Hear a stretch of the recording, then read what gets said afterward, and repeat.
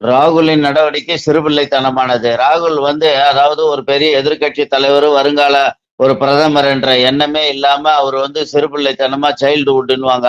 விளையாட்டுத்தனமா இருக்கிற மாதிரி தான் இருக்கு. கட்டி பிடிப்பாரு, அப்படியே பின்னால கண்ணடிப்பாரு அப்படின்ற மாதிரி இந்த மாதிரி ஒரு கேலி கூத்தான வேலைகள் எல்லாம் செய்யறாருன்னு சொல்லி நம்மளுடைய மோடி சாமானியமா ஒரு யாரையும் காட்டமா பேச மாட்டாரு. அப்படியாப்பட்டவரே பேச வேண்டிய நிலைமைக்கு அவ்வளவு தூரத்துக்கு ராகுல் கீழ்த்தரமா இறங்கி போய்கிட்டே இருக்கிறாரு. இல்லைன்னா பாராளுமன்றத்துல சிவனுடைய படத்தை கொண்டாந்து வச்சுட்டு அதுக்கு ஒரு விளக்கம் சொல்றது, இந்துக்கள் அதாவது இந்துக்களை உயர்வா சொல்றாரா தாழ்வா சொல்றாரான்னு தெரியல. ஆனா பாஜக சிவனுடைய படத்தை தூக்க வச்சிருச்சு இல்ல, அதுவே இந்துக்களுக்கு கிடைத்த ஒரு மிகப்பெரிய வெற்றியா இருக்கும். எப்ப பார்த்தாலும் மைனாரிட்டிகள் அப்படியே பதற்றத்தோட வாழ்ந்துகிட்டு இருக்காங்க அப்படின்னு சொல்லி ஒரு பொய்யான ஒரு கதையை எடுத்து விட்டுக்கிட்டே இருப்பானுங்க.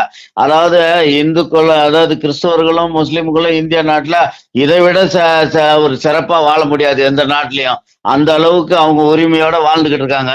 ஆனா இவங்களை பயமுறுத்துற விதமா இந்த எதிர்கட்சிக்காரனுங்க தமிழ்நாட்டுல திமுக காரன், இப்ப சென்ட்ரல்ல காங்கிரஸ்காரன் இந்த மைனாரிட்டின்னு சொல்லி சொல்லியே ஏமாத்துற வேலை செய்யறாங்க அப்படின்றது இதெல்லாம் கேள்விப்படும் போது நம்ம மோடிஜிக்கு அதாவது மிகப்பெரிய ஒரு கோபம் அதாவது நூத்துக்கு 99 மார்க் வாங்கினவன் மாதிரி ஏன்பா எகிரி குதிச்சுக்கிட்டு இருக்கிற, நீ 330க்கு வெறும் 99 வாங்கின நீ எல்லாம் ஓரமா போய் உக்காரு அப்படின்ற சொல்ற லெவலுக்கு இன்னைக்கு நம்முடைய மோடியினுடைய ஆக்ஷன் இருந்தது. வணக்கம் இந்து சொந்தங்களே.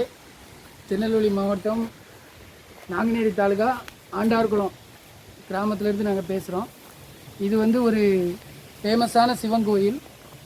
இந்த சிவன் கோயில் ஒரு காட்டுப்பகுதிக்குள்ளே இருக்குது. இதை புனரமைக்காமல் பல காலமாக பாதிப்பான சூழ்நிலையில் உள்ளது. இதில் பார்த்திங்கன்னா நிறையா நாகங்கள் குடிப்பகும், நிறையா மயில்கள் அடைகிறது. பல விசித்திரமான கோயில் இந்த கோயிலை புனரமைக்கிறதுக்கு நாங்கள் பல காலமாக ரெடி பண்ணிக்கிட்டு இருக்கோம். ஆனால் எங்களால் இன்னும் முடியலை. எங்களால் எக்கனாமிக் பிரச்சனைனால முடியல. இதை பாருங்கள், ஜல்லி அடித்து போட்டிருக்கோம், ஜல்லி எல்லாமே அடிச்சிருக்கோம்.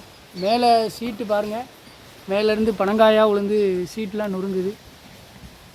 உங்களால் முடிஞ்சது 5 10 50 100 எவ்வளோ இருந்தாலும் சரி, நான் என்னுடைய ஜிபே நம்பர் சொல்கிறேன். இந்த நம்பருக்கு நீங்கள் கொடுத்து உதவுனீங்கன்னா இந்த சிவன் கோயிலை புனரமைக்கிறதுக்கு ஒரு உதவிகரமாக இருக்கும். என்னுடைய ஜிபே நம்பர் சொல்கிறேன்.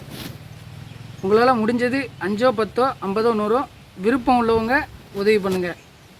93 85 44 31 06 இந்த நம்பருக்கு உங்களால் முடிஞ்சது இந்த கோயிலை புனரமைக்கிறதுக்காக ஒரு இறை அருள் பெறுவதற்காக நீங்கள் உதவி பண்ணிங்கன்னா கொஞ்சம் நல்லாயிருக்கும். நன்றி.